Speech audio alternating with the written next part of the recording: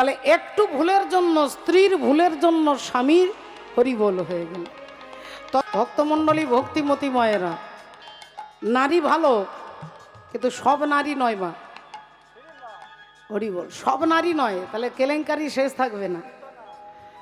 নারী পুতনাও আছে, নারী যশোদাও আছে, নারী হিড়িম্বাও আছে, তারকা রাক্ষসীও আছে। এটা মনে রাখতে হবে বাবা, সব নারী নয়, সতী নারী, পতিব্রতা নারী, নারীর কথা বল। যাকে আমরা পুজো করি, দুর্গা দেবীর পুজো, তারপরে লক্ষ্মী দেবীর পুজো, তিনিও নারী, তারপরে কালীর পুজো, তিনিও নারী, তারপরে জগদ্ধাত্রীর পুজো, শীতলার পুজো, সন্তোষীর পুজো, সব নারী। আমাদের হিন্দু সনাতন ধর্মে নারীর মর্যাদা দেওয়া হয়। মহাজন কি বলছে একটু তাকিয়ে দেখো। নারী দুর্গা, নারী কালী, নারী শক্তি হয় ভূপালী। ওগো নারীর পায়ে দেয় অঞ্জলি কৃষ্ণ গুণাধার, নারীর পায়ে দেয় অঞ্জলি কৃষ্ণ গুণধার, নারীর পায়ে দেয় অঞ্জলি কৃষ্ণ গুণধার। ও নারীর পদ তলে শুয়ে আছে, নারীর পদ তলে শুয়ে আছে, ও নারীর পদ তলে শুয়ে আছে। একজন দেবতা আছে যিনি 24 ঘন্টা নারীর পায়ের তলায় শুয়ে থাকে, তাকে আপনারা সবাই চেনেন, তিনি হচ্ছেন বাবা ভোলেনাথ। ওই যে মন্দিরে যাকে দেখছেন, এ কার মন্দির? পঞ্চানন্দ নাকি? বাবা পঞ্চানন্দ। বাবা পঞ্চানন্দ কে? শিব ঠাকুর। শিব ঠাকুর বললে ভুল হয়ে যাবে মা, যাকে মন্দিরে বসিয়েছেন শিব ঠাকুরের ছেলে। শিব ঠাকুরের নাম পঞ্চানন, আর তার ছেলের নাম পঞ্চানন্দ। দেখতে বাবার ছেলে আর একই চেহারা, এই জন্য পঞ্চানন্দ বাবা। তিনি কিন্তু শিব নয়, শিব ঠাকুরের ছেলে। রাধে। নারী দুর্গা, নারী কালী, নারী শক্তি হয় ভূপালী। তাহলে মা কালীর পায়ের তলায় বাবা ভোলেনাথ শুয়ে থাকে। সম্পর্কে স্বামী স্ত্রী, স্বামী স্ত্রী, স্বামীর বুকের ওপরে স্ত্রী দাঁড়িয়ে আছে জিভ বার করে, আপনারা দেখেছেন ছবিতে। তাহলে শিব ঠাকুরের বুকে মা কালী দাঁড়িয়ে আছেন, আপনারা দেখছেন, আপনারা শুনলেন। এবার আপনাদের ধারণা পরিষ্কার হয়ে গেছে। যদি ভাবেন যে মা কালী তার স্বামীর বুকে যদি পা দিয়ে দাঁড়ায়, আজকে চৈতালির কীর্তন শেষ হলে আমরাও ঘরে গিয়ে চেষ্টা করব। হরি বল।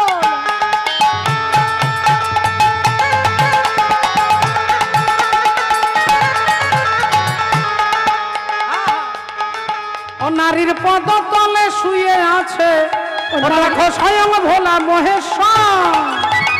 নারী মহান, নারী মহান বোঝা বড় দায় রে মন, নারীর মন বোঝা বড় দায় রে মন, নারীর মন বোঝা বড় দায়। নারী আরে বাড়ি যদি স্বর্গে তোলে, পরে পাতালে পাঠাই। আহা নারীর মন বোঝা বড় দায় রে মন, নারীর মন বোঝা বড় দায় রে মন, নারীর মন বোঝা বড় দায় রে মন, নারীর মন বোঝা বড় দায়। মনোলাভ যাচ্ছে না, ভালো যাচ্ছে, বুঝবার জন্য কোনো ঘড়ি নেই, কোনো থার্মোমিটার নেই। আপনার শরীরে কত জ্বর, থার্মোমিটার দিলেই বোঝা যাবে যে ওটা 99 না 100। কিন্তু আপনার সময়টা ভালো না খারাপ কি করে বুঝবেন? বলে আপনার বাড়িতে যদি কোনো আকস্মিকভাবে হঠাৎ করে কোনো ভক্ত এসে গেছে, কোনো বৈষ্ণব এসেছে, কোনো ব্রাহ্মণ এসেছে, কোনো সাধু এসেছেন, আপনি জানবেন আপনার সময় আজ থেকে শুরু হয়ে গেল ভালো। হরি বল। আর যদি আপনার ঘরে অনেক দিন কোনো ভক্তের আগমন ঘটেনি, তাহলে জানবেন সময় আপনার খারাপ চলছে বাবু। তাই বিশ্বা বসু বলে উঠলেন, ওনাকে ভেতরে নিয়ে আয়। ওনাকে ভেতরে এনে বসালেন। হরি বল, রাধে রাধে। এইবার বললেন বিদ্যাপতি কিছু কথা তার বক্তব্য আছে। তিনি বললেন, আমি রাস্তা হারিয়ে ফেলেছি, আমি একটা বিশেষ কাজে যাচ্ছিলাম, রাস্তা হারিয়ে ফেলেছি, তাই এই কুটির দেখে আপনার বাড়িতে এসেছি। দয়া করে 2-4টে দিন যদি আমাকে একটু থাকতে দেন। বিশ্বা বসু বললেন, আপনার কোনো চিন্তা নেই, যতদিন ইচ্ছে আপনি এখানে থাকুন, আপনি বিশ্রাম করুন, আমরা যা খাবো আপনিও তাই ভাবেন, আমাদের যা ক্ষমতা আপনি তাই সেবায় করবেন। একদিন গেল, 2 দিন গেল, 3 দিন গেল, 4 দিন গেল, বিদ্যাপতির শরীর ধীরে ধীরে সুস্থ হয়ে যাচ্ছে।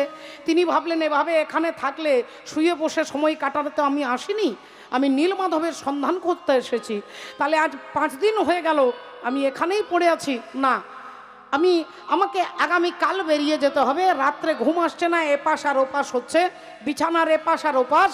আর হঠাৎ কে যেন দরজাটা খুলে দিলেন, খুলে দিয়ে বিশ্বা বসু বলে উঠলেন, মা ললিতা দরজাটা বন্ধ কর মা, আমার আজ দেরি হয়ে গেল নীলমাধবের সেবার। যেই বলেছেন নীলমাধবের সেবার দেরি হয়ে গেছে, বিদ্যাপতি চমকে একবার বিছানায় উঠে বসে। নীলমাধব? হ্যাঁ হ্যাঁ হ্যাঁ হ্যাঁ, উনি তো নীলমাধবই বললেন। আবার ভাবছে আমি কি ভুল শুনলাম, ভুল শুনেছি। আমি সারাক্ষণ নীলমাধব ভাবছি বলে হয়তো শুনতে পাচ্ছি যে উনিও নীলমাধব বলছে। আবার ভাবছে না না, আমি পরিষ্কার কানে শুনলাম উনি নীলমাধবের নাম উচ্চারণ করলেন। আবার ভাবছে না না, ভুল হচ্ছে কোথাও। হঠাৎ মনে হলো আচ্ছা ঠিক আছে, উনি যদি নীলমাধবের সেবা করতে যান, আজকে যেমন গেলেন, তাহলে উনি আগামী কালকেও যাবেন। তাহলে কালকেও যখন যাবে, আমি কালকের রাত্রিতে জেগে থাকবো, দেখি কালকের রাত্রিবেলায় উনি নীলমাধব বলেন কি না। এই বলে তিনি রাত্রে ঘুমিয়ে গেলেন। পরের দিন সকাল হতে আবার দেখতে দেখতে বিকেল সন্ধে রাত্রি, আবার রাত্রিবেলায় সেবা গ্রহণ করে তিনি শুয়ে পড়লেন। গভীর রাত্রিতে বিশ্বা বসু বললেন, মা ললিতা দে তোমা ফুলের সাজিটা দে, আজ নীলমাধবের সেবায় না জানি কি পাবো। এই বলে যেই নীলমাধব বলেছে অমনি বিদ্যাপতি উঠে বসেছে। এই তো নীলমাধব বললেন, উনি নীলমাধবের কথাই বলেছেন, তাহলে স্বয়ং ভগবান আমাকে এখানে এনে পৌঁছে দিয়েছে। নীলমাধব কিন্তু আমি নীলমাধবের কথা জিজ্ঞাসা করব কি করে? আমার তো অধিকার নেই, আমি তো বাইরের লোক, আমি তো আপনার বাড়িতে এসে খবরদারি করতে পারি না।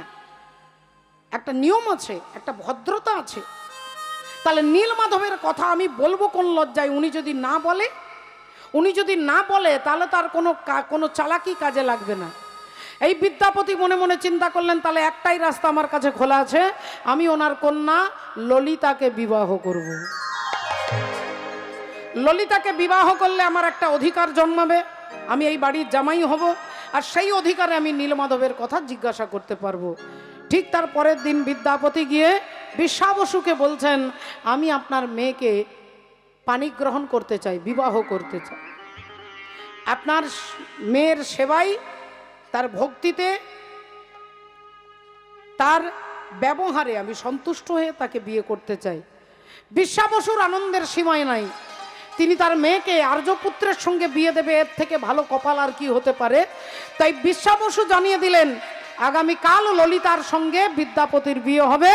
তাই ঢাক বাজে সানাই বাজে বাজিছে মাদল, ঢাকি বাজে সানাই বাজে বাজিছে মাদল, ঢাকি বাজে সানাই বাজে বাজিছে মাদল, ও বাজে রে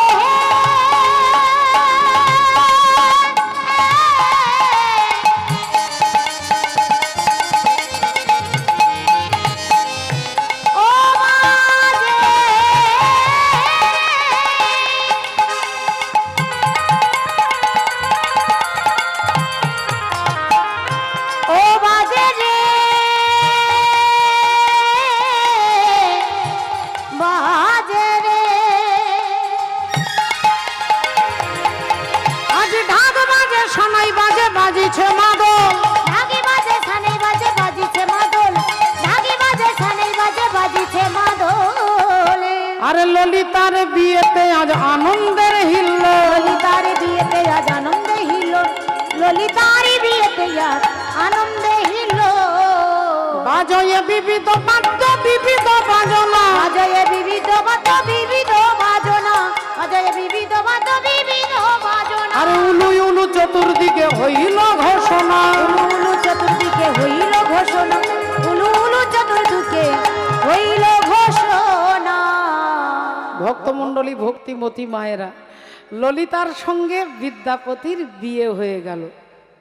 বিবাহের দিন দেখতে দেখতে 2 দিন, 5 দিন, 10 দিন, 15 দিন পেরিয়ে গেছে, কিন্তু তার লক্ষ্যটা কি? যে নীলমাধবের খোঁজ। তা এভাবে এতগুলো দিন পেরিয়ে গেল, নীলমাধবের খোঁজ তো আমি পেলাম না। তাহলে এবার ধীরে ধীরে আমি আমার লক্ষ্যে পৌঁছাতে হবে। ঠিক একদিন দুপুরবেলায় ললিতা, তিনি তার স্বামীর অন্ন ব্যঞ্জন এনে সাজিয়ে দিয়েছেন। বিদ্যাপতি আসনে বসেছেন, আসনে বসেই জিজ্ঞাসা করছেন ললিতা, তুমি আমাকে প্রতিদিন এত সুন্দর সুগন্ধিযুক্ত প্রসাদ দাও, এই প্রসাদ কার প্রসাদ? এ প্রসাদ কার? ললিতা বললেন, স্বামী আপনার ভালো লাগলে আবার দিতে পারি। না না না, আমার প্রশ্নটা এ প্রসাদ কার তোমাকে বলতে হবে। তোমাকে বলতে হবে, ললিতা এ প্রসাদ যে তুমি আমাকে প্রতিদিন পাওয়াচ্ছ কার প্রসাদ? ললিতা গম্ভীর হয়ে গেছে, চুপ করে গেছে, চুপ করে গেছে। কি ব্যাপার, তুমি কথা বলছো না যে? তুমি কথা বলছো না কেন? কার প্রসাদ বলতে পারবে না? ললিতা বললেন, স্বামী আমার বাবার আরাধ্য দেবতা নীল মাধবের প্রসাদ। নীল মাধবের প্রসাদ?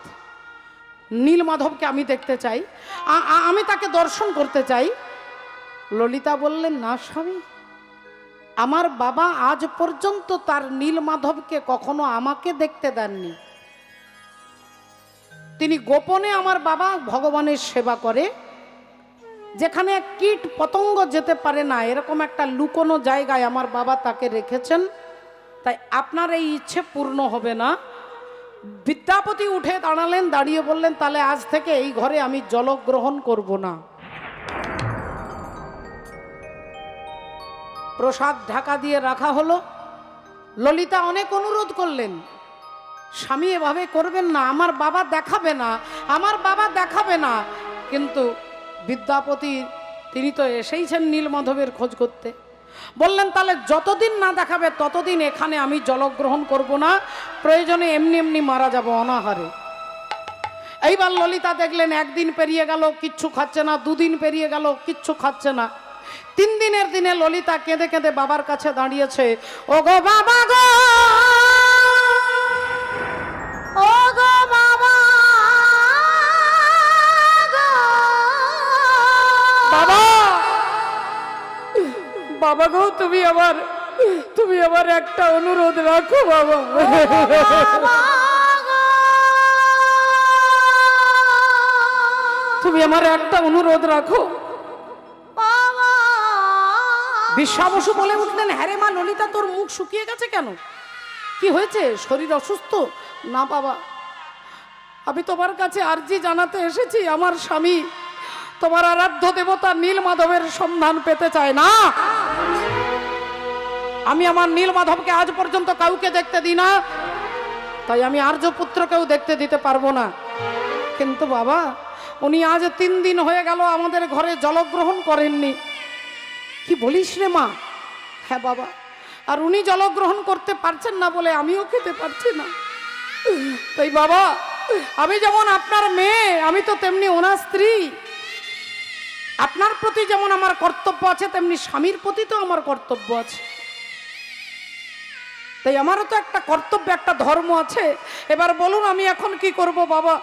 আপনি আমার স্বামীকে যদি নীলমাধবকে দর্শন না করান, তাহলে আমার স্বামী এখানে জলগ্রহণ করবেন না বলে দিয়ে সঙ্গে সঙ্গে বিশ্বা বসু মনে মনে চিন্তা করলেন, তাহলে কি সবই তার ইচ্ছে? বললেন, ঠিক আছে, যা আর্যপুত্রকে গিয়ে বলে দে আমি একদিনের জন্য একবারের মতো আমার নীলমাধবকে দর্শন করাবো, কিন্তু আমার নীলমাধবের কাছে যেতে গেলে আমি তার চোখে কাপড় বেঁধে নিয়ে যাব। চোখে কাপড় বেঁধে তারপরে তাকে নিয়ে যাব, যাতে সে দ্বিতীয়বার ওখানে আর যেতে না পারে। কারণ চোখ খুলে গেলে রাস্তা চিনে যাবে, রাস্তা মুখস্থ হয়ে যাবে। চোখটা বেঁধে নিয়ে গেলে রাস্তা মনে থাকবে না। তাই আমি তার চোখে কাপড় বেঁধে নিয়ে যাব। ললিতা ছুটতে ছুটতে এসে স্বামীকে বলছেন, স্বামী আমার বাবা রাজি হয়ে গেছে আপনাকে নীলমাধবের দর্শন করাবে, তবে স্বামী আমার বাবা আপনার চোখে কাপড় বেঁধে নিয়ে যাবে। বিদ্যাপতি চিন্তায় পড়ে গেলেন, চোখে কাপড় বেঁধে গেলে তো রাস্তাটা চিনতে পারবো না, পরবর্তীকালে মহারাজ ইন্দ্রদ্যুম্নকে নিয়ে আসতে পারবো না। তাহলে এখন কি করব, কি করা যায়? ললিতা বললেন, স্বামী আপনি চিন্তা করবেন না, আপনি চিন্তা করবেন না। আমার বাবা যেমন আপনার চোখে কাপড় বেঁধে নিয়ে যাবে, তেমন আমি আপনার ধুতির আঁচলে 1 মুঠো সর্ষের দানা বেঁধে দেব। আর সর্ষের দানা যদি আপনার কাপড়ের আঁচলে বাঁধা থাকে, কাপড়টা একটা জায়গায় ছিদ্র করে দেবো, একটা একটা করে সর্ষের দানা পড়বে, আর যেখানে যেখানে পড়বে সেখানেই সর্ষে গাছ হবে, আর ওই রাস্তাটা দেখে আপনি পরবর্তীকালে আবার যেতে পারবেন। আহা, দেখুন কত বুদ্ধিমা। এই জন্য স্ত্রীকে আমাদের হিন্দু ধর্মশাস্ত্রে স্ত্রীকে সহধর্মিণী বলেন, স্ত্রীকে সহধর্মিণী বলে, হরি বল, ধর্মপত্নী বলে। কিন্তু স্বামীকে কি বলে? যে ধর্মপতি, ধর্মপত্নী। কেন না? এই জগৎ সংসারে নারীর এমন একটা মর্যাদা আছে, ওই স্ত্রীর জন্য তার স্বামী ভগবানকে পেতে পারে বাবা, কিন্তু স্বামী তার স্ত্রীকে ভগবানকে পাওয়াতে পারবে না। কিন্তু একজন স্ত্রী যদি ভক্তিমতী নারী হন, একজন স্ত্রী যদি ভগবত চরণে বিশ্বাসী নারী হন, স্বামী যদি নাস্তিক হন, দুরাচারী হন, ওই স্ত্রী ধীরে ধীরে চেষ্টা করলে তার স্বামীকে তার রাস্তায় আনতে পারবে।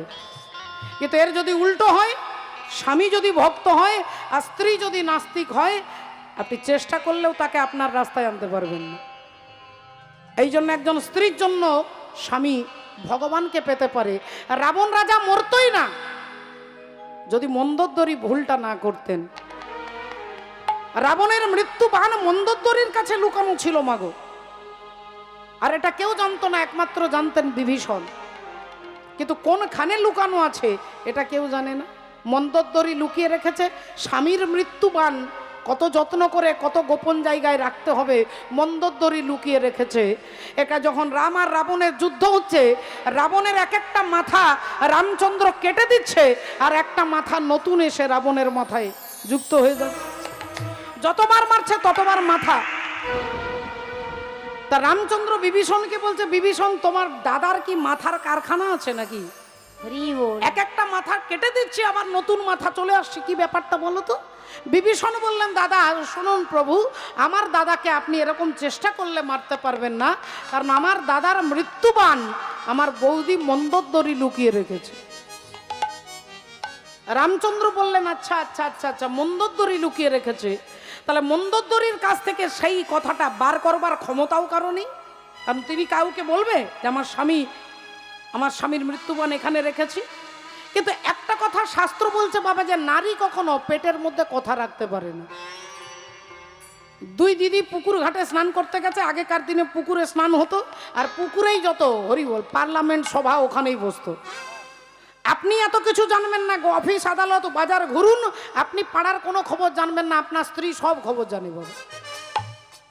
এক দিদি আর এক দিদিকে বলছে, জানিস দিদি, কালকে রাত্রে তোর ভাইয়ের সঙ্গে যা ঝগড়া হয়েছে, তোমার ভাই আমাকে জুতো মেরেছে জানো দিদি। দিদি তখন বলছে, খবরদার, চুপ করে যা, বাড়ির কথা কাউকে বলবি না। বাড়ির কথা তোর স্বামী তোকে জুতো মেরেছে চিৎকার করে বলছিস কেন? লোকে শুনতে পাবে না? কাউকে বলবি না বাড়ির কথা। কালকে যে তোর দাদা আমাকে জুতো মেরেছে আমি আজ পর্যন্ত কাউকে বলেছি? হরি বলা। তার নারীর পেটে এমনিতেই কথা থাকবে না, এটা অভিশাপ আছে বাবা। রাধে রাধে। মাননীয় ভক্তমণ্ডলী, ভক্তিমতী মায়েরা, এবার বিভীষণ যেই বলে দিয়েছে, রামচন্দ্র বললেন, তাহলে মন্দোদরীর কাছে রাবণের মৃত্যুবান কে আনতে পারবে? হনুমান দাঁড়িয়েছিলেন। হনুমান উঠে দাঁড়িয়েছেন, উঠে দাঁড়িয়ে বলছেন, কবহু কাজ কঠিন জগ মাহি, जो नहीं होए ता तुम पाई, कबन सुकाज कठिन जग माही, जो नहीं होए ता तुम पाई। हनुमान, মন্দোদরীর কাছ থেকে মৃত্যুবান তোমাকে আনতে হবে, মন্দোদরী তুমি পারবে। হনুমান বললেন, তাহলে আপনি চিন্তা করবেন না, এইবার দেখছি চেষ্টা করে পারা যায় কিনা। হনুমান সাজলেন গণক ব্রাহ্মণ, যারা গণনা করে আপনার বলে দেবে যে আপনার কি হবে, কি হতে চলেছে, তাকে গণক ব্রাহ্মণ বলে। সেই গণক ব্রাহ্মণ সেজে আর হনুমান যাচ্ছে এবার লঙ্কায়। বলো, পার না লগোগে শ্রী রাম কে বিনা, और राम न मिलेगा हनुमान के बिना। हाथ ताली।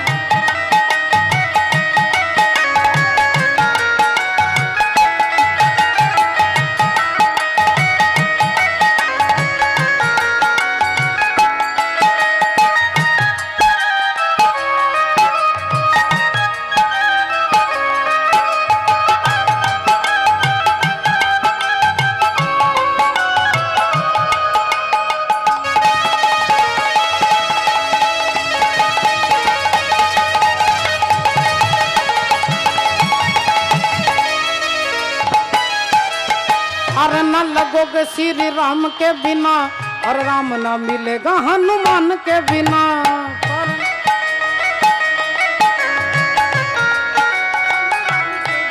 अरे वेदों ने पुराणों ने कह डाला राम जी के साथी बजरंग बाला।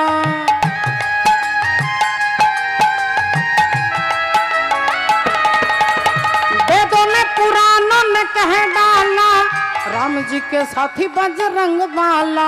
अरे जी हनुमान नहीं, अरे जी हनुमान नहीं, जी हनुमान नहीं राम के बिना रास्ता ना मिलेगा हनुमान के बिना।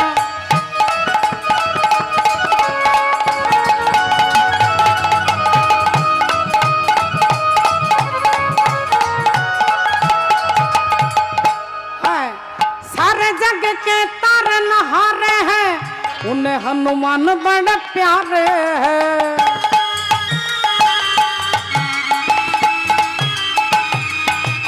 सारे जग के तारनहारे हैं उन्हें हनुमान बड़े प्यारे हैं। जी हनुमान नहीं, अरे जी हनुमान नहीं, जी हनुमान नहीं राम के बिना रास्ता ना मिलेगा हनुमान के बिना। पार न लगोगे श्री राम के बिना राम ना मिलेगा हनुमान के बिना। पार न लगोगे श्री राम के बिना राम हनुमान के बिना। अलख निरंजन, अलख निरंजन। राम আর রাবণের যুদ্ধ চলছে। এখানে মা মন্দোদরী টেনশন, স্বামী যুদ্ধ করতে গেছে, কি হবে কি হবে কি হবে কি হবে। এখানে হনুমান দাঁড়িয়েছে গণক ব্রাহ্মণ সেজে অলক নিরঞ্জন। অমনি মা মন্দোদরী ভাবছে ব্রাহ্মণ ভিখারি এসেছে ভিক্ষা দিতে যায়। যেই বেরিয়েছেন অমনি হনুমানজি বলে উঠলেন, কি ব্যাপার মা, আপনার কপালটা দেখে মনে হচ্ছে আপনি ভীষণ চিন্তিত হচ্ছেন। মন্দোদরী বললেন, বাবা আপনি কি করে জানলেন? বললেন, আমি গণক ব্রাহ্মণ, গণনা করতে জানি, সব বলে দিতে পারবো। সব বলতে পারবেন? হ্যাঁ, এটাই তো আমার কাজ। তাহলে আসুন বাবা, ভেতরে আসুন। হনুমানজিকে নিয়ে গিয়ে ভেতরে বসিয়ে বলছে, একটা টেনশন আমার আছে, আমার স্বামী যুদ্ধ করতে গেছে, তা আপনি কি বলতে পারবেন যে যুদ্ধে কে হারবে আর কে জিতবে? বলে, হ্যাঁ কেন বলতে পারবো না, এটাই তো আমার কাজ। আপনি একটা খড়ি দেন, খড়ি পেতে আমি অঙ্ক করে ছক করে বলে দিচ্ছি আজকের যুদ্ধে কে জিতবে আর কে হারবে। মন্দোদরী যেই একটা পেন্সিল দিয়েছে অমনি হনুমান পেন্সিলটা নিয়ে কি লিখছে, রয়া আকার রা, রয়া আকার রা লিখে আর বন্ধ করে দিয়েছে। মন্দোদরী বললেন, বাবা এই রয়া আকার বলতে কি বুঝবো? হনুমান বললেন, শোনো মা, আজকের যুদ্ধে যে জিতবে তার নামের প্রথম অক্ষরটা হবে রা। রা অক্ষর হয় যার নামের আদি বর্ণে, রা অক্ষর হয় যার নামের আদি বর্ণে,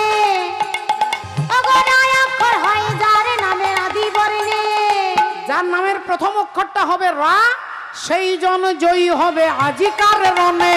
এই জনে জয়ী হবে আজিকারি রণে, যেই জনে জয়ী হবে আজিকারি রণে। মন্দোদরী হাতে তালি দিয়েছে, বাবা বাবা বাবা ঠিক বলেছেন। আমার স্বামীর নাম রাবণ, আর রাবণের প্রথম অক্ষরটা রা, কিন্তু মন্দোদরী এটা বুঝলেন না, বিচার করলেন না যে রাম নামের প্রথম অক্ষরটাও হচ্ছে রা। এটা মন্দোদরী ভাবলেন না। ঠিক বলেছেন, ঠিক বলেছেন। অমনি হনুমান বললেন, মা আপনি মিছিমিছি টেনশন করছেন কেন? আপনার সুগার না থাকলে সুগার চলে আসবে, আপনার প্রেশার বেড়ে যাবে নইলে কমে যাবে। টেনশন তো ভালো নয় মা, আপনার টেনশন করার কি আছে? আপনি তো আপনার স্বামীর মৃত্যুবানকে লুকিয়ে রেখেছেন তো। মন্দোদরী বললেন, হ্যাঁ বাবা আপনি কি করে জানলেন? বলে, এটাই আমার কাজ, এটাই আমার কাজ। তা মা ভালো জায়গায় লুকিয়ে রেখেছো তো? দেখো বিপদ কিন্তু কখন আসবে বলে আসবে না, ভালো জায়গায় রেখেছো তো? হ্যাঁ বাবা ভালো জায়গায় রেখেছি, খুব ভালো জায়গায়। না বিছানার তলায় রেখেছো তো? না বাবা বিছানার তলায় রাখিনি, তবে কোথায় রেখেছি বলবো না বাবা। না বলার দরকার নেই, তুমি ভালো করে মাটি খুঁড়ে মাটির তলায় রেখেছো তো? না মাটির তলাতে রাখিনি, তবে বাবা আপনাকে বলতে পারবো না। তাহলে দূরে কোনো মাঠে মাটি খুঁড়ে রেখে দিয়ে এসেছো? না বাবা দূরে রাখিনি, কাছেই রেখেছি, তবে আপনাকে বলবো না। তাহলে নিশ্চয়ই আলমারির ভেতরে রেখেছো? না বাবা আলমারির ভেতরে রাখিনি, তবে আপনাকে বলবো না। তাহলে নিশ্চয়ই দরজার কোনো কোণে রেখেছো? না বাবা কোণে রাখিনি, ওইখানে রেখেছি স্তম্ভের মধ্যে, তবে আপনাকে বলবো না। এই এইবার জিভ বার করছে, কি হবে বলে ফেলেছি। সঙ্গে সঙ্গে মন্দোদরি বলছে, আপনি কিছু শোনেননি? বল না, ওইখানে বানটা রেখেছো, এটা আমি শুনিনি। বলে বাবা, তা বাবা কাউকে বলবেন না, আপনি আপনি কথা দিন, ওই ওই ওর দলের, ওই রামের দলে একটা মুখ পোড়া হনুমান আছে, তাকে বলবেন না। হনুমান বলছে, মা আমি গ্যারেন্টি দিয়ে বলছি, LIC কোম্পানির গ্যারেন্টি দিচ্ছি, আমি সবাইকে বলবো, হনুমানকে বলবো না। আমি কথা দিচ্ছি, কারণ নিজে হনুমান। মন্দোদরি বললেন, বাবা তাহলে আপনি বসুন, আপনার জন্য একটু ফল নিয়ে আসি। একটু ফল নিয়ে, তাকে 1 লক্ষ স্বর্ণ মুদ্রা দেওয়া হবে। তাই সবাই মিলে 10-15 জন দল মিলে সব ছুটছে নীলগিরি পর্বতের সন্ধানে। আজ শ্রীহরি শ্রীহরি বলি ছুটিতে লাগিল, শ্রীহরি বলি ছুটিতে লাগিল, শ্রীহরি বলি ছুটিতে লাগিল। উলু ধ্বনি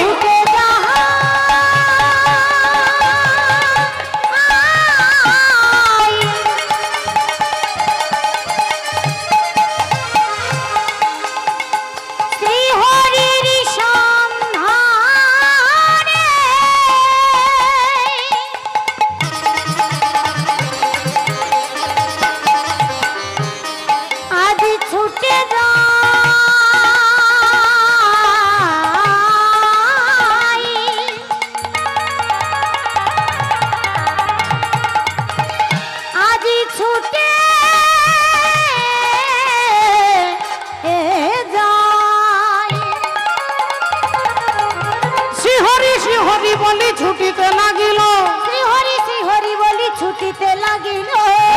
আর নানা দেশে দেশান্তরে ঘুরিতে লাগিল, নানা দেশে দেশান্তরে ঘুরিতে লাগিল, নানা দেশে দেশান্তরে ঘুরিতে লাগিল। কেউ 10 দিন পরে ফিরে আসছে, কেউ 15 দিন পরে ফিরে আসছে, কেউ 9 দিন পরে ফিরে আসছে। কারোর গায়ে জ্বর, কারো শরীরে ব্যথা, কারো রোগ জ্বালা যন্ত্রণা নিয়ে আসছে। মহারাজের কাছে ক্ষমা চাইছে, মহারাজ আমি আপনার নীলমাধবের সন্ধান এ জন্মেও পাবো না মহারাজ। সব এক এক করে ফিরে আসছে। মহারাজের মনোবল ধীরে ধীরে ভেঙে যাচ্ছে, যে তাহলে নীলমাধব কি করে পাবো? আর তো স্বপ্নের মধ্যে ভগবানও বলছে না, আর তো ভগবানও বলছে না, তাহলে কি করে পাবো? রাজার মন ধীরে ধীরে খারাপ হতে লাগলো। 15 দিন, 1 মাস সব খুঁজে সব ব্যর্থ হয়ে ফিরে আসছে। রাজার খাওয়া দাওয়া বন্ধ হয়ে গেছে, মা খাওয়া দাওয়া বন্ধ, ঘুম বন্ধ। বিছানায় শুয়ে আছেন রাজা, সারাক্ষণ নীলমাধব নীলমাধব করছেন। রানী গুন্ডিচা দেবী স্বামীর মাথায় কখনো জলের পট্টি দিচ্ছেন, জ্বর আসছে, শরীর খারাপ হচ্ছে, উল্টো পাল্টা কথা বলছে, খাওয়া দাওয়া করছে না। কত কবিরাজ কত ডাক্তার এসে ফিরে যাচ্ছে, রাজার অসুখ সারাতে পারছে না। বললেন এর একমাত্র ওষুধ ভগবানকে খুঁজে পাওয়া। তাহলে পাবে কে? মহারাজা অসুস্থ হয়ে গেছেন। এমন সময় সেই রাজার রাজ পণ্ডিত এসে বলছেন, মহারাজ আপনার রাজ্যে অনেকে নীলমাধবের খোঁজে গেছে, সব ফিরে এসেছে, আপনি মনের মনোবল ভেঙে ফেলেছেন, এই তো।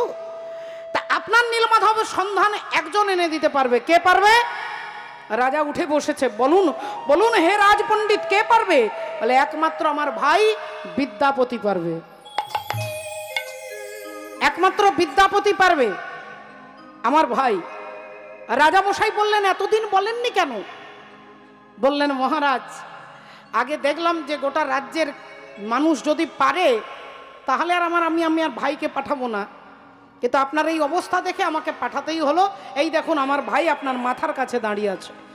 মহারাজ বিদ্যাপতির দিকে তাকিয়ে অভিভূত হয়ে গেলেন। এত সুন্দর দেখতে, সুঠাম চেহারা, উন্নত বক্ষ, উজ্জ্বল, গায়ের রং ফর্সা, চওড়া কপাল, বক্ষ চওড়া, অপূর্ব সুন্দর দেখতে। বিদ্যাপতি বললেন মহারাজ আমি আপনার নীলমাধবের সন্ধান আনতে পারি এটা বলবো না, চেষ্টা করতে পারি। বললেন তুমি যদি চেষ্টা করে নীলমাধবের সন্ধান এনে দাও আমি তোমাকে 2 লক্ষ স্বর্ণ মুদ্রা দেব। বিদ্যাপতি হাত জোড় করে বললেন মহারাজ আমি আপনার টাকার জন্য, স্বর্ণ মুদ্রার জন্য কিন্তু যাচ্ছি না।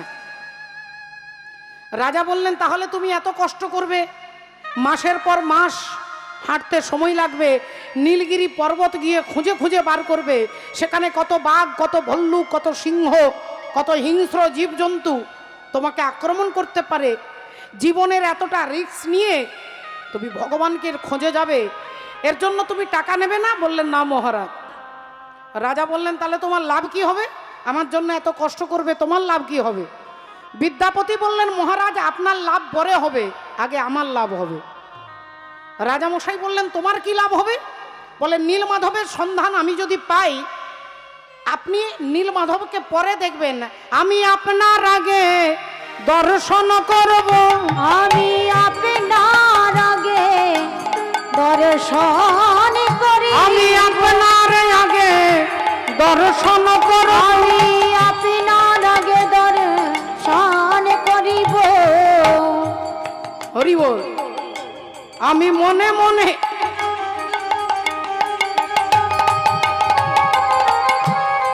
তার চরণে সঁপে দেব, আমি আপনার আগে দর্শন করিব।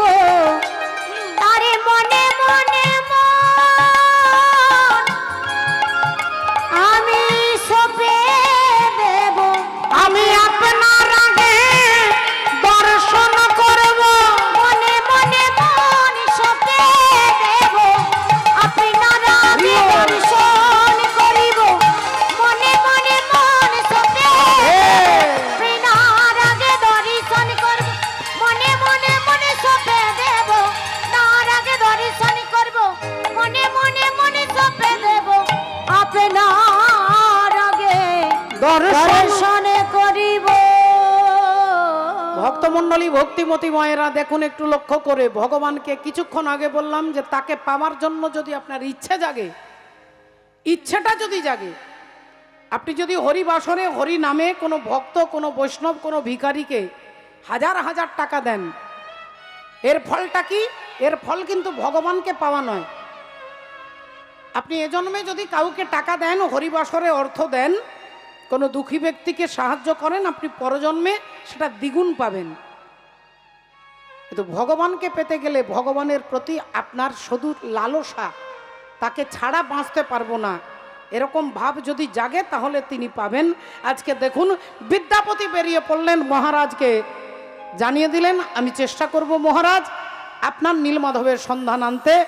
আজকে বিদ্যাপতি বেরিয়ে পড়েছেন নীলমাধবের খোঁজে। কত গ্রাম, কত নগর, কত জঙ্গল, কত নদী নালা সব পেরিয়ে যাচ্ছে শুধু ভগবানকে পাবে বলে, শুধু ভগবানকে পাওয়ার জন্য। মাননীয় ভক্তমণ্ডলী ভক্তিমতী মায়েরা একটু লক্ষ্য করে দেখুন মা, কেউ ভগবানের কাছে আমরা দাঁড়িয়ে ভগবানকে বলবো তুমি আমাকে গাড়ি দাও, বাড়ি দাও, ছেলে দাও, নাতি দাও, এটা দাও, ওটা দাও। আর কেউ ভগবানের কাছে দাঁড়িয়ে বলে আমার কিছু দরকার নেই, আমি শুধু তোমাকে চাই। একটা হাত ভগবানের দুর্যোধন ধরেছে, একটা হাত অর্জুন ধরেছেন। দুর্যোধন বলছেন কুরুক্ষেত্রের যুদ্ধে তুমি আমার পাশে থাকবে, আর অর্জুন বলছেন কৃষ্ণ তুমি আমার পাশে থাকবে। এখন ভগবান তো একা, হাত তো দুটো, দুজন ধরেছে। দুর্যোধন বলে তুমি আমার, অর্জুন বলে তুমি আমার। এবার ভগবান কার হবে? ভগবান অনেক আগে বলে দিয়েছেন যে আমারে তো যে যে ভক্ত ভজে যেইভাবে, আমি সেইভাবে ভজি, এ মোর স্বভাবে। আমাকে যে চাই আমি তাকে চাই, আর যে আমাকে না চাই আমি তাকে না চাই। তাহলে দুর্যোধনও বলছে আমি চাই, আর অর্জুনও বলছে আমি চাই, তাহলে সমস্যার সমাধান হবে কি করে? ভগবান হঠাৎ সমস্যার সমাধানের রাস্তা খুঁজে পেলেন। বললেন আচ্ছা ঠিক আছে, দুজনে হাত ছাড়ো, হাত ছাড়ো, হাত ছাড়ো। দুজনকে দাঁড় করিয়ে বলছে শোনো, আগামীকাল ভোরবেলায় ঘুম থেকে উঠে আমি চোখটা খুলে আগে যাকে দেখবো আমি তার দলেই যাব। বললেন ঠিক আছে। দুর্যোধন মনে মনে ভেবে নিলেন ঠিক আছে, আমি এমন ভোরে আসবো, আমি গোটা রাত্রি ঘুমবো না, আমি গোটা রাত্রি জেগে থাকবো, ভোরবেলায় চলে আসবো, এসেই কৃষ্ণের মুখের কাছে দাঁড়িয়ে থাকবো, আর কৃষ্ণ চোখ খুললেই আগে আমাকে দেখবে। এই ভেবে দুর্যোধন চলে গেলেন, আর অর্জুনও চলে গেলেন। দুর্যোধন জেগে রইল, অর্জুন ঘুমিয়ে গেলেন।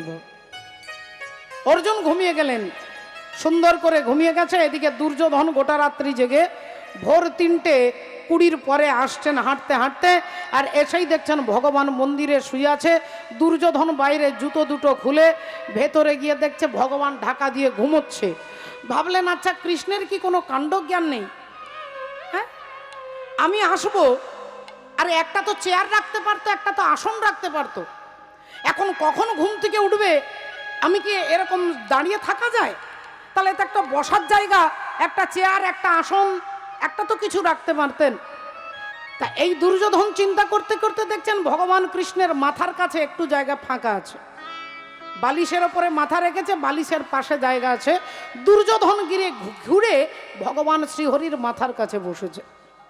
আর দেখতে দেখতে নিশি প্রভাত হয়ে গেছে, পাখির কলতান শুনে অর্জুনের ঘুম ভাঙছে। অর্জুন চমকে উঠেছে। অর্জুন যে কাপড়টা পরেছিল সেই কাপড়টা পরে খালি গায়ে খালি পায়ে ভাবছে সর্বনাশ, আমার আগে যদি দাদা দুর্যোধন চলে যায়। আর ছুটতে ছুটতে এসে দেখছে দুর্যোধনের জুতো দুটো খোলা আছে। দুর্যোধনের জুতো খোলা আছে। অর্জুনের চোখ দিয়ে ঝরঝর করে জল পড়ছে যে তাহলে আমি কৃষ্ণকে পেলাম না। নিশ্চয়ই দাদা দুর্যোধন সারা রাত্রি ঘুমোয়নি, আর আমি ঘুমিয়ে গিয়েছিলাম বলে আমি কৃষ্ণকে পেলাম না।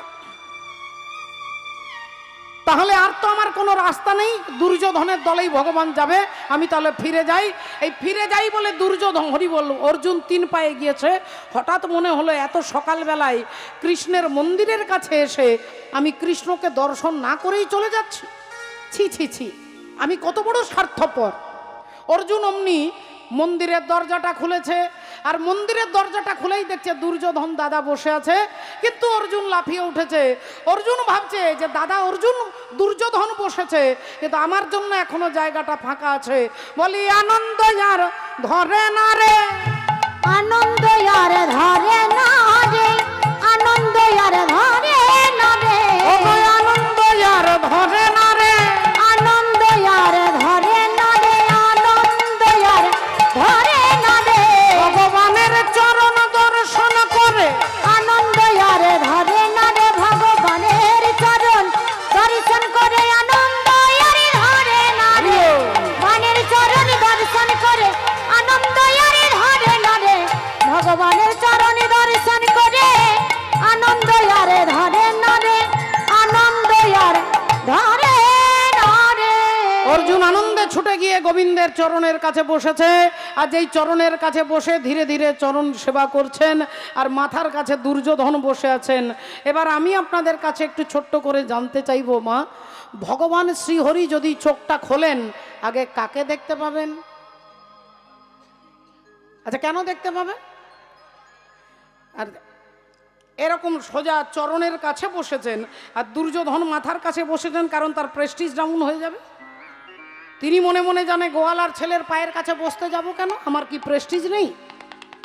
আমি পায়ের কাছে বসতে যাব কেন, আমি মাথার কাছে বসেছি। কিন্তু দেখুন, অহংকার আপনার জ্ঞানটাকে হরণ করে নেয় বাবা। আপনার শুদ্ধ জ্ঞানকে কে হরণ করে না? আপনার ভেতরে অহংকার। দুর্যোধনের অহংকার হলো, মাথার কাছে বসলেন আর অর্জুন চরণের কাছে বসেছে। আর যেই ভগবান ঢাকাটা খুলেছেন অমনি অর্জুনকে দেখতে পেয়ে গেছে। সঙ্গে সঙ্গে বললেন, অর্জুন কুরুক্ষেত্রের যুদ্ধে আমি তোমার পাশে। অমনি পেছন থেকে দুর্যোধন চিৎকার করে উঠল, এই যে গোটা রাত্রি না ঘুমিয়ে 3:20 সময় এখানে আমি এসে বসে আছি, আর আমি তোমাকে পেলাম না, আর যে 4:30টার সময় এসেছে সে তোমাকে পেয়ে গেল। ভগবান বললেন 3:20 না 2:20 না 12:20, আমি কিন্তু টাইম মেনটেন করিনি, টাইম মেনশন করে বলিনি। আমি বলিনি যে কটার সময় এলে আমাকে পাবে, আমি বলেছি ঘুম থেকে উঠে যাকে দেখবো আমি তার পক্ষে যাব।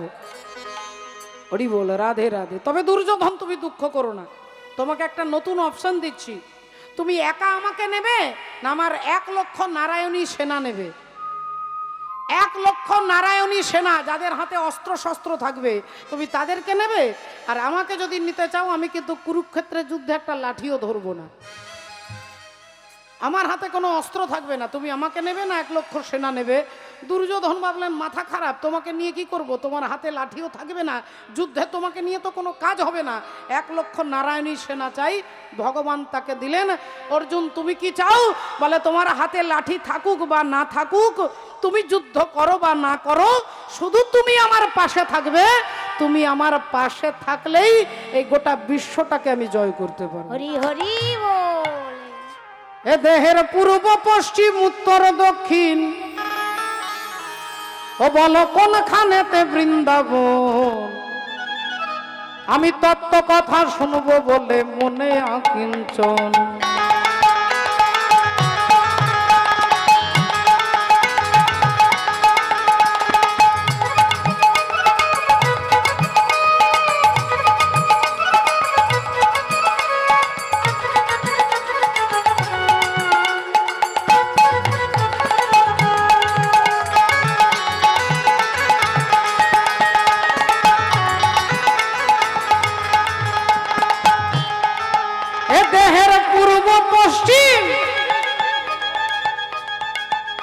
দেহের পূর্ব, এদিকটা পূর্ব, এদিকটা পশ্চিম। ও দেহের পূর্ব পশ্চিম উত্তর দক্ষিণ, দেহের পূর্ব পশ্চিম উত্তর দক্ষিণ। বল কোনখানেতে বৃন্দাবন। আমি সত্য কথা শুনবো বলে মনে আকিঞ্চন, সত্য কথা শুনবো বলে মনে আকিঞ্চন।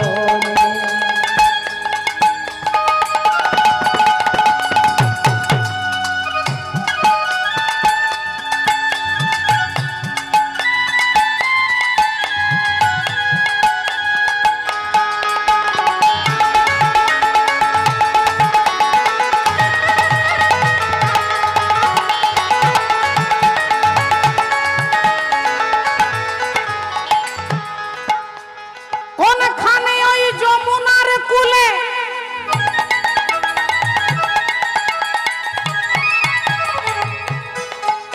আর বংশী ধ্বনি করে শ্যাম জয় রাধে বলে। আহা বংশীধ্বনি করে শ্যামে জয় রাধে বলে, বংশীধ্বনি করে শ্যামে জয় রাধে বলে। বল কোন কমলে কমলিনী, বলো কোন কমলের কমলিনী।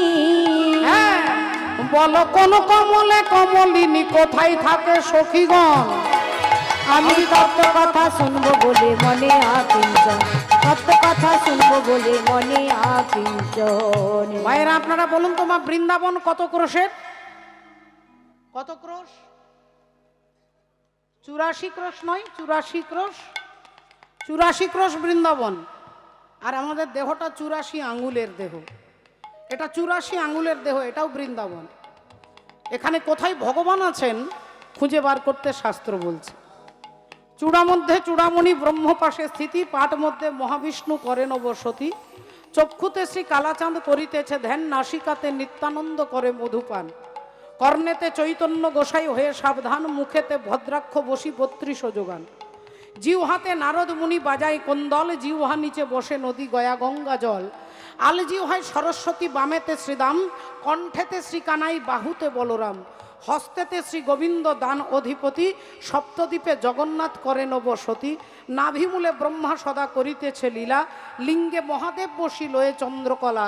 গুহ্যদ্বারে বসিয়াছে নাড়ুয়া গোপাল, কামিনীর সঙ্গে কেলি বড়ই রসাল। হাঁটুতে শক্তির স্থিতি বসুমতী পায়, 18 মোকাম তত্ত্ব শোনো সমুদায়। এই সব তত্ত্ব কথা যেই জন জানে, নরলোকে তুচ্ছ তারে দেবলোকে মানে।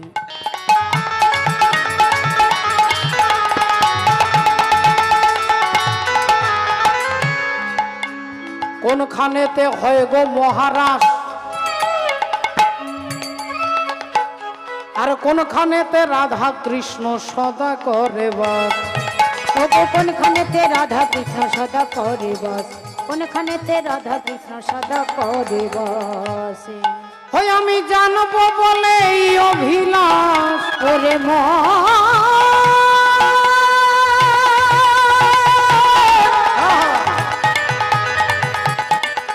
ওরে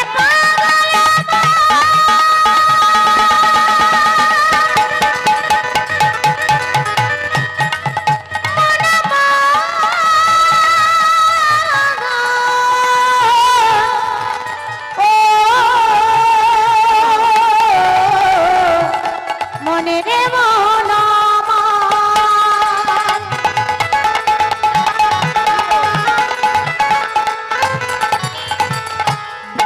ওই আমি জানবো বলে এই অভিলাষ, আমি জানিব বলে এই অভিলাষ। মনে করি নিবেদন। আমি তত্ত্ব কথা শুনবো বলে মনে আকিঞ্চন, তত্ত্ব কথা শুনবো বলে মনে আকি। দেহের পূর্ব পশ্চিম উত্তর দক্ষিণ, পূর্ব পশ্চিম উত্তর দক্ষিণ, কোনখানেতে বৃন্দাবন। তত্ত্ব কথা শুনবো বলে মনে আকিঞ্চন, আমি তত্ত্ব কথা শুনবো বলে মনে আকিঞ্চন, আমি তত্ত্ব কথা শুনবো বলে মনে আকিঞ্চন। তাই সেই অনুরাগ নিয়ে আজকে বিদ্যাপতি চলেছেন। নগর গ্রাম জঙ্গল নদী পাহাড় পর্বত পেরিয়ে যাচ্ছে। দেখতে দেখতে 2 দিন 10 দিন 12 দিন 15 দিন 1 মাস 2 মাস হাঁটতে হাঁটতে এমন একটা জঙ্গলে প্রবেশ করেছে জঙ্গলে ঢোকার সাথে সাথেই বুঝতে পারছে না যে এটা দিন না রাত্রি, এটা দিনের বেলা না রাত্রিবেলা, কিছুই বুঝতে পারছে না। এবার না ফিরে আসতে পারছে, রাস্তা হারিয়ে ফেলেছে, ডান দিকে যাব না বাঁ দিকে যাব, কি করব? জঙ্গলে এমন একটা জায়গায় দাঁড়িয়ে পড়েছি, না ফিরে ঘর যেতে পারবো না নীলমাধবের সন্ধান পেতে পারবো।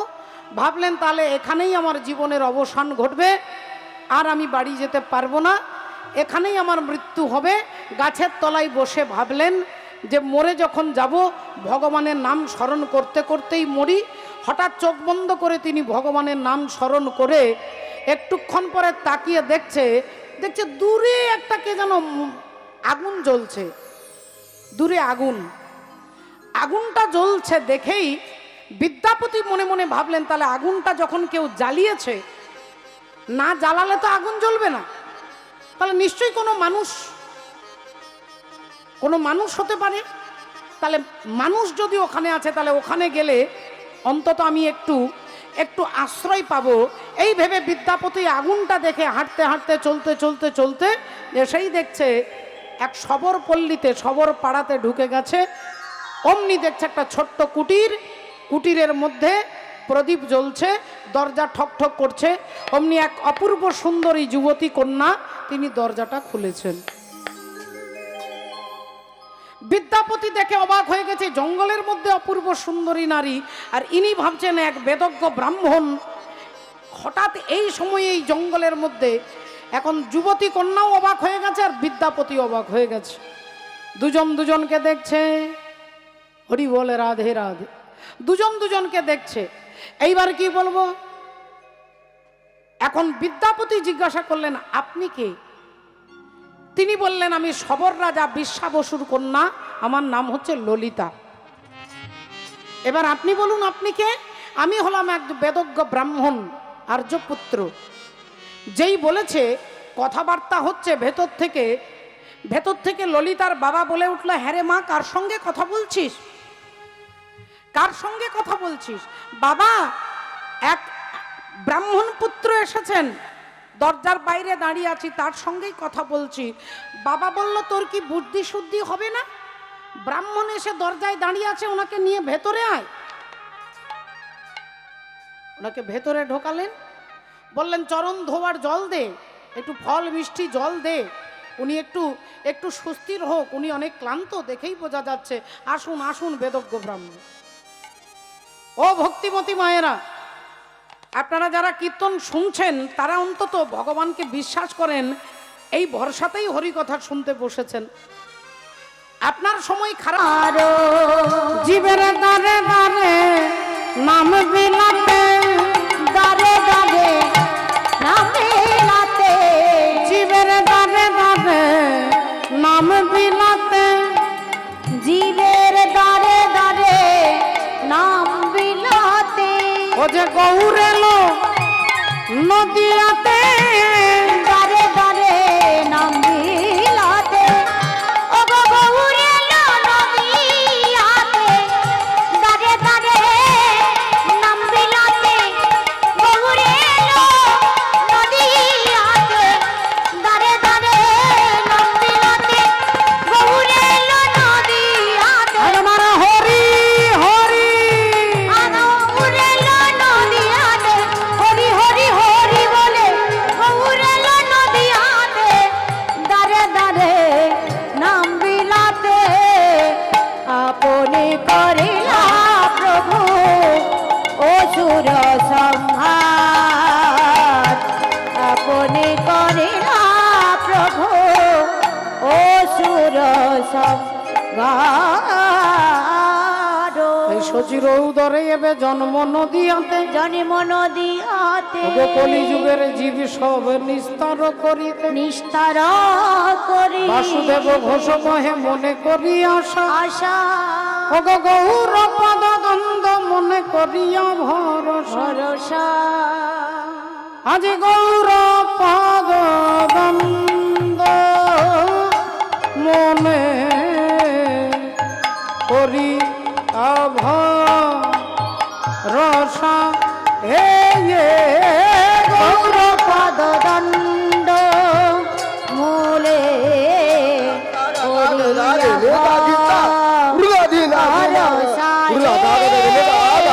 পদদণ্ড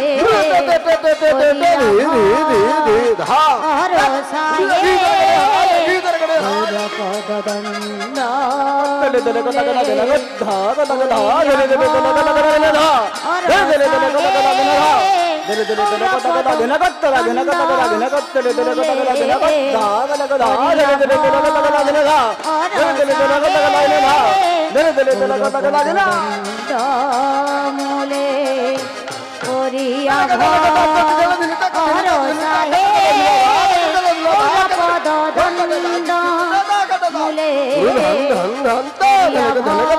পদদণ্ড মূলে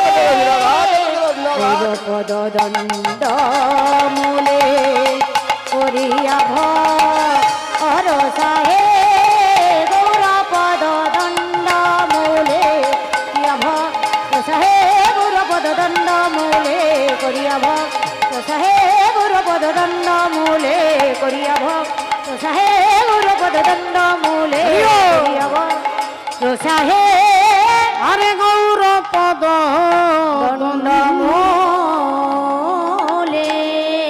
জয় জয় জগৎ গুরু জগৎ গুরু তুমি বাঞ্ছা কল্পতরু কল্পতরু সিক্ত কর তপ্ত মরু করুণা তোমার করুণা তোমার তুমি মাতা তুমি পিতা তুমি জগতের ত্রাতা ত্রাতা কেহ নাই তোম ভিন্ন ইয়ার কেহ নাই তোমা ভিন্ন আয়া। জয় নিতাই জয় রাধে। সকল ভক্ত চরণে আমি আমার দণ্ডবোধ প্রণাম জানিয়ে আজকে আমরা ভাগবতীয় কথা শুনব। আমার ভাই সৌরভ সে বলেছে যে দিদিভাই জগন্নাথের লীলা কথা তার শুনবার ইচ্ছে। আমি বলেছি যে আপনারা তো সচরাচর জগন্নাথের কথা শোনেন, লীলা শোনেন। আমি ভাইকেই জিজ্ঞাসা করেছি যে আমি ভক্তদেরকে একটু জিজ্ঞাসা করব, কারণ তারা যদি এই পালাটা হয়তো বিভিন্ন জায়গায় বিভিন্ন কীর্তনিয়ার মুখ থেকে শোনেন তাহলে হয়তো ধৈর্য থাকবে না, আর তখন এটা একজন কীর্তনিয়ার পক্ষে খুবই কষ্টকর হয়ে যায়। তাই সৌরভ ভাইয়ের কথা অনুযায়ী তিনি জগন্নাথের লীলা শুনবে। আমার ইচ্ছে ছিল একটু আপনাদেরকে আমি 3টে পালার নাম বলবো, এর মধ্যে একটু নির্বাচন করে বলবেন। হরি বল। জগন্নাথের লীলা, না শিব দুর্গার বিয়ে, না দক্ষ প্রজাপতির অহংকার চূর্ণ, না পুত্রের হাতে পিতার মৃত্যু। আপনারা একটু নির্বাচন করে নিন। 2 মিনিটের মধ্যে আমরা একটু ভজনের মধ্য দিয়ে তাকে স্মরণ করব। শ্রী গুরু নিতাই গৌর ব্রহ্মানন্দে হরি হরি। আমরা মীরাবাইয়ের ভজনের মধ্য দিয়ে শুনবো মীরাবাই কি বলছেন। অত গালি গালি হরি গুণ গানে লাগি, ऐसी लगी लगन मीरा हो गई मगन। वो तो गाली गाली हरी गाली गुन गाने लगी, ऐसी लगी लगन।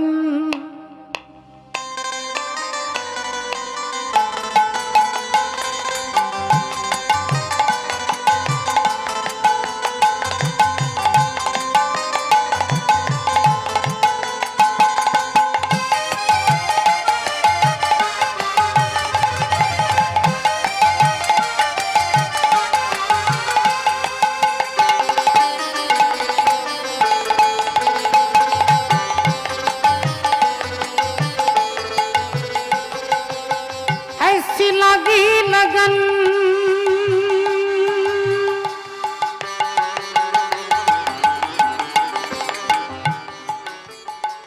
ऐसी लगी लगन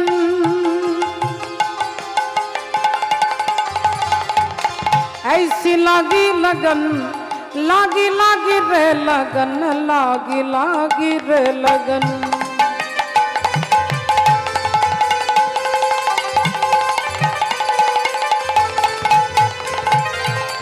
ऐसी लागी लगन मेरा हो गई मगन, ऐसी लागी लगन मेरा हो गई मगन।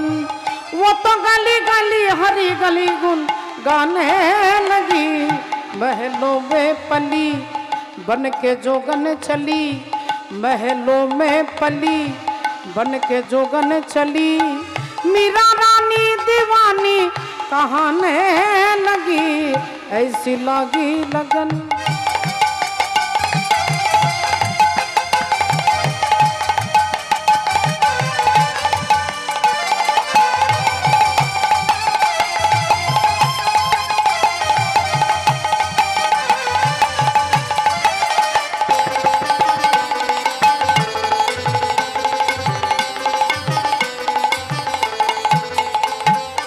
कोई रोके नहीं, कोई टोके नहीं, कोई रोके नहीं, कोई टोके नहीं। मीरा गोविंद गोपाल गाने लगी, बैठी संतों के संग रंगी मोहन के रंग। मीरा प्रेमी प्रीतम को मनाने लगी, वो तो गली गली हरी गुन गाने लगी। ऐसी लागी लगन मीरा हो गई मगन।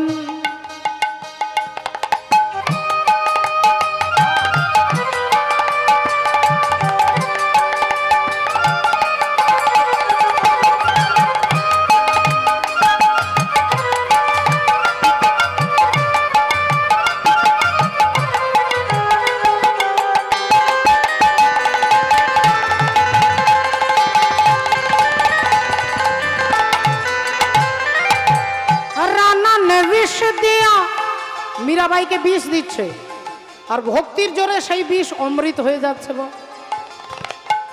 রানা ने विष दिया और मानो अमृत पिया, वो तो सागर में सरिता समाने लगी। दुख लाखों सहे मुख से गोविंद कहे, मीरा गोविंद गोपाल गाने लगी। वो तो गली गली हरि गुण गाने लगी, ऐसी लगी लगन मीरा हो गई मगन। ऐसी लगी लगन मीरा हो गई मगन, ऐसी लगी लगन मीरा हो गई मगन। সকল ভক্ত চরণে দণ্ডবোধ প্রণাম জানিয়ে তাহলে আপনারা হরি বল কি শুনবেন। কমিটির দাদাদের বাবাদের সবাইকে বলবো, পালাগুলোর নাম বলেছি, যদি সৌরভ ভাইয়ের অনুযায়ী হয় তাহলে আমরা জগন্নাথে যাব। হ্যাঁ, ভক্তরা কি বলে জগন্নাথ হবে? বা ঠিক ঠিক আছে, আজকে জগন্নাথের তত্ত্ব আমরা সৌরভ ভাইয়ের কথা অনুযায়ী শুনবো। একবার বলো ভগবান জগন্নাথ জিউ কি জয়, দাদা বলরাম কি জয়, সুভদ্রা মাইয়া কি জয়, নিতাই গৌর প্রেমানন্দে হরি হরি বল। তাহলে জগন্নাথের কথার মধ্য থেকে আমরা জানবো আজকে ভগবান জগন্নাথ কিভাবে পুরী ধামে প্রতিষ্ঠিত হলেন, তার তথ্য ইতিহাস আমরা শুনবো। আমরা চলে যাব আজকে অবন্তী নগরে। অবন্তী নগরের রাজা মহারাজ ইন্দ্রদ্যুম্ন মহারাজ, তিনি ধার্মিক রাজা, বিচক্ষণ রাজা, ন্যায়শীল রাজা, পণ্ডিত রাজা, পরাক্রমশালী রাজা ইন্দ্রদ্যুম্ন। হরি বল। ইন্দ্রদ্যুম্ন নামে রাজা পরম মহান, ইন্দ্রদুম্ন নামে রাজা পরম মহান, ইন্দ্রদুম্ন নামে রাজা পরম মহান। আজ বিষ্ণু মূর্তি স্থাপিবারে, বিষ্ণু মূর্তি স্থাপিবারে, ওগো করয়ে চিন্তা ইন্দ্রদুম্ন নামে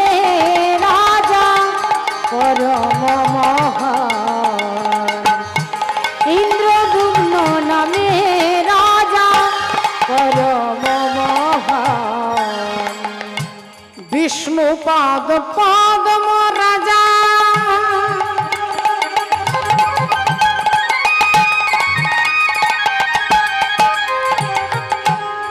রাজা করয়ে ভজন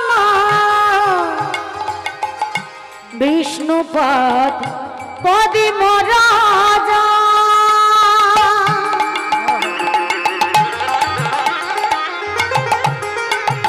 রাজা করয়ে ভজন আরে কতদিনে হবে বলো অভীষ্ট পুরাণ ওগো কত দিনে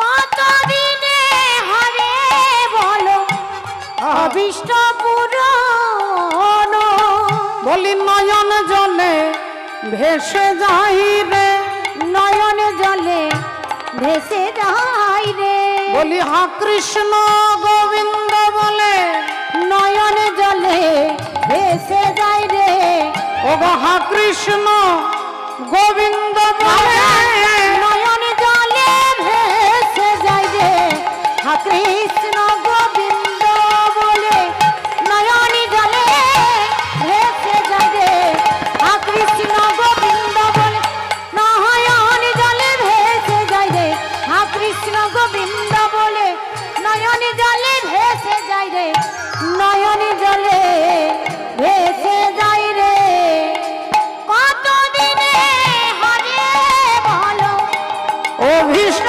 পুরাণ রাজার কত দিনে হবে বলো অভীষ্ট পুরাণ শ্রদ্ধেয় বাবা ঠাকুর ভক্তিমতী মায়েরা দেখুন একটু লক্ষ্য করে রাজা যদি ধার্মিক হয় রাজা যদি ধার্মিক হয় রাজা যদি ধর্ম নিয়ে হাঁটাচলা করে রাজ্যবাসী এমনি এমনি তারা তাদের মঙ্গল কেউ আটকাতে পারবে না বাবা বাড়ির যিনি প্রধান সদস্য তিনি যদি অধার্মিক হয় দুর্যোধন দুঃশাসন এরা যারা ছিল এদেরকে কেউ নরকে গেলেন না নরকে কে গেলেন না ও নরকে গেলেন অন্ধ ধৃতরাষ্ট্র ধৃতরাষ্ট্র নরকে যাবেন কেন বলেন তিনি বাড়ির প্রধান ব্যক্তি অন্যায় শুনেও যিনি অন্যায়ের প্রতিবাদ করছে না দুর্যোধন চক্রান্ত করছে ধৃতরাষ্ট্র বুঝতে পারছে যে 5টা ভাই আর তার কাকিমা কুন্তি দেবীকে পুড়িয়ে মারবার চক্রান্ত লাক্ষা ভবন তৈরি হয়ে গেছে গোটা বাড়িটার ইটের মাঝখানে সিমেন্ট দেয়নি ইটের মাঝখানে ঘি দিয়েছে তেল দিয়েছে পশু পাখির চর্বি দিয়ে গোটা বাড়িটাকে তৈরি করা হয়েছে যে পঞ্চপাণ্ডবকে পুড়িয়ে মারবে জায়গাটা কোথায় না জায়গাটা হচ্ছে হস্তিনাপুর থেকে কিছু দূরে জায়গাটার নাম হচ্ছে বর্ণাবত বর্তমানে এখন নাম হচ্ছে বর্ণাও মিরট স্টেশন থেকে 35 কিলোমিটার দূরে এখনো লাক্ষা ভবনের চিহ্ন ওখানে আছে পঞ্চপাণ্ডবকে যে পুড়িয়ে মারবার প্ল্যান করছিলেন এটা ধৃতরাষ্ট্র জানে তাহলে অন্যায় যেন যিনি যে বাবা মা অন্যায়ের প্রতিবাদ না করবেন আপনার বাড়ির অন্য কাউকে নরকে যেতে হবে না আপনাকে যেতে হবে হরি বল তাহলে ধৃতরাষ্ট্রের উচিত ছিল এটা তাকে বলবার যে তুই কি করছিস তুই তোর কাকিমাকে পুড়িয়ে মারবার চিন্তা করছিস কিন্তু এটা তিনি বললেন না তিনি পুত্র স্নেহে এমন অন্ধ এমন পুত্রের প্রতি এত দরদ এত ভালোবাসা যে শেষ পর্যন্ত ধৃতরাষ্ট্রকে যেতে হলো নরকে তাহলে রাজা যদি ধার্মিক রাজা হন তার রাজ্যবাসীর এমনি কল্যাণ হবে আর রাজা যদি অধার্মিক হন বলে আমাদের দুর্গতি কেউ আটকাতে পারবে না বলে তাই মহারাজ ইন্দ্রদ্যুম্ন তিনি ধার্মিক রাজা ন্যায় রাজা বিচক্ষণ রাজা সারাক্ষণ ভগবানের কথা চিন্তা করে সারাক্ষণ ভগবানের কথা চিন্তা করে কি করলে আমি ভগবানকে পাবো কি করলে আমি তার চরণ সেবা করতে পারবো তাই নয়ন জলে ভেসে যাই রে নয়ন জলে ভেসে যাই রে রাজা দুটি নয়ন জলে ভেসে যায় কৃষ্ণ গোবিন্দ বলে নয়নে জলে ভেসে যায় রে। সারাক্ষণ চিন্তা করছে কি করে ভগবানকে পাবো, কি করে ভগবানকে পাবো, কি করে ভগবানকে পাবো। আর ভগবানকে পাওয়ার ইচ্ছে যদি আপনার অন্তরে জাগে, আপনি ব্রাহ্মণ না চণ্ডাল, মূর্খ না পণ্ডিত, ধনী না দরিদ্র, আপনার কি স্বভাব, কি আচরণ, এটা ভগবান দেখবেন। শুধু তাকে পাওয়ার জন্য যদি আপনার মন কাঁদে, তত্ত্বলল্লমপি মূল্যম একলং জন্ম কোটি সুকৃতি ন লভ্যতে, কোটি কোটি জন্মের সুকৃতির দ্বারা ভগবানকে পাওয়া যাবে না। ভগবানকে পাওয়ার জন্য যদি আপনার ভেতরে লালসা জাগে, হরি বল। ভগবানকে পাওয়ার প্রথম রাস্তা, প্রধান রাস্তা। তাই আজকে মহারাজ ইন্দ্রদ্যুম্ন স্ত্রী গুন্ডিচা দেবী পালঙ্কে শুয়ে আছে।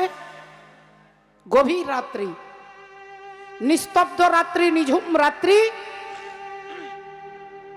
আর হঠাৎ যেন স্বপ্নের মধ্যে কে বলে উঠল, শোনো শোনো ইন্দ্রদ্যুম্ন, ইন্দ্র দোহবিন ভকত আমার, ভকত আমার, জন্মে জন্মে বাধ্য আমি, বাধ্য আমি আছি যে তোমার। আছি যে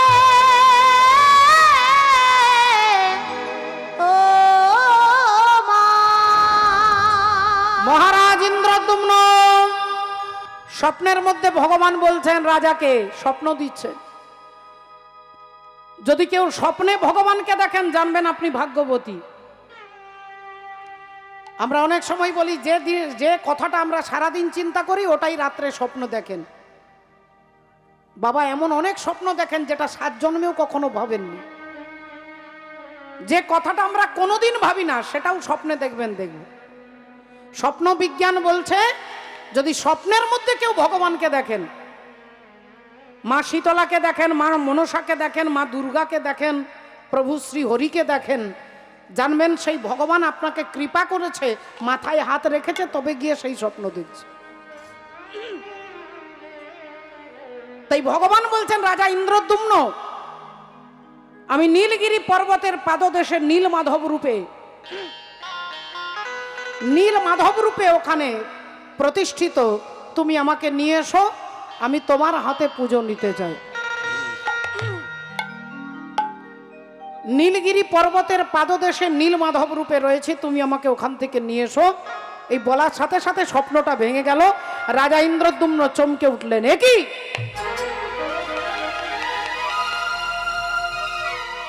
স্বপ্ন যেই ভেঙে উঠেছে, অমনি সঙ্গে সঙ্গে তিনি বিছানায় বসে দরদর করে ঘামছে। তিনি থরথর করে কাঁপছে, সারা দেহ থেকে ঘাম ঝরছে। রানী গুন্ডিচা দেবী তাড়াতাড়ি উঠে স্বামীর হাতে পিঠে হাত বুলিয়ে বলছেন, মহারাজ কি হলো আপনার? কি হয়েছে? আপনি অমন করছেন কেন? মহারাজ ইন্দ্রদ্যুম্ন বলছেন, রানী গুন্ডিচা, ওগো আমার নীল মাধব নীলগিরি পর্বতে তিনি রয়েছেন। আমার নীল মাধবকে ছাড়া আমি বাঁচতে পারবো না, থাকতে পারবো না। নীল মাধবের সন্ধানকে এনে দেবে মহারাজ। আপনি একটু শান্ত হন। আচ্ছা, আপনি এভাবে কাঁদলে কি সমস্যার সমাধান খুঁজে পাওয়া যাবে? আপনি সকাল হতে দিন, আপনি মন্ত্রীকে বলুন, দেখুন যদি নীলমাধব নীলগিরি পর্বতে খুঁজে পাওয়া যায়, আপনি ঘোষণা করুন। সকাল হতে না হতে মহারাজ ইন্দ্রদ্যুম্ন স্নান আহ্নিক করে মহামন্ত্রীকে ডেকে বলছেন, মন্ত্রী তুমি সারা রাজ্যে ঘোষণা করে দাও, যিনি নীলমাধবের সন্ধান এনে দিতে পারবে তাকে 1 লক্ষ স্বর্ণ মুদ্রা দেওয়া হবে। মহামন্ত্রী তার কর্মচারীকে বললেন, গোটা রাজ্য জুড়ে ঢেড়া পিটিয়ে দিয়ে চিৎকার করে বলা হচ্ছে, শোনো শোনো শোনো, নীলগিরি পর্বতের পাদদেশে নীলমাধব রয়েছেন। ওই নীলমাধবের সন্ধান যিনি এনে দিতে পারবেন তাকে 1 লক্ষ স্বর্ণ মুদ্রা পারিশ্রমিক দেওয়া হবে। যেই কথা বলেছে সমস্ত রাজ্যবাসী শুনেছে। আর শুনে ভাবলেন 1,00,000 স্বর্ণ মুদ্রা, তাহলে তো আমার এখন 4 পুরুষ বসে বসে খেলেও শেষ হবে না, তাহলে এত টাকা দেবে নীলমাধবের সন্ধান পেলে। কিন্তু নীলমাধবের সন্ধান পাওয়াটাও তো সোজা নয়, নীলগিরি পর্বত যেতে হবে, ওখানে খুঁজতে হবে। তা কিছু কিছু ব্যক্তি এলেন, এসে বললেন মহারাজ আমরা আপনার নীলমাধবের সন্ধান এনে দিতে পারবো। বললেন যাও, যিনি এনে দিতে পারবে হাসি দাঁড়ান। যেই মন্দোদরী ফল আনতে গেছে, হনুমান তার নিজের রূপ ধারণ করে আর স্তম্ভটাকে মেরেছে একটা ঘুষি, স্তম্ভটা ভেঙে গিয়ে রাবণের মৃত্যু বাণটা যেই হাতে নিয়েছে, মন্দোদরী হাতে ফলের থালা নিয়ে তাকিয়ে দেখছে, দেখলেন ইনি তো হনুমান। সঙ্গে সঙ্গে থালাটা ফেলে দিয়ে বলে উঠলেন, তাহলে আপনি আমার সঙ্গে বেইমানি করেছেন? আমার সঙ্গে বেইমানি করতে আপনার লজ্জা করলো না? হনুমান বলে উঠলেন, মা আগে আপনার স্বামীকে জিজ্ঞাসা করুন। আমার মা সীতা দেবী তার আপনার স্বামীকে, তিনিও ভিখারি সেজে ভিক্ষা চাইতে গিয়েছিল, আমার মাও তাকে ভিক্ষা দিতে গিয়েছিল, আর সেই সময় হাতে ধরে টান দিয়ে সীতা দেবীকে হরণ করলো। তাহলে আপনার স্বামী যদি চিটিংবাজি করতে পারে, তবে আমি কেন পারবো না? আমি কেন পারবো না? আমি কেন পারবো না? বলি সে যদি করতে পারে, বলো আমি কেন পারবো না? সে যদি করতে পারে আমি কেন পারবো না? মন্দোদরীর কাছ থেকে মৃত্যুবাণ ভগবানের হাতে দিলেন, আর সেই মৃত্যুবাণটা নিয়ে রাবণকে মারা হলো।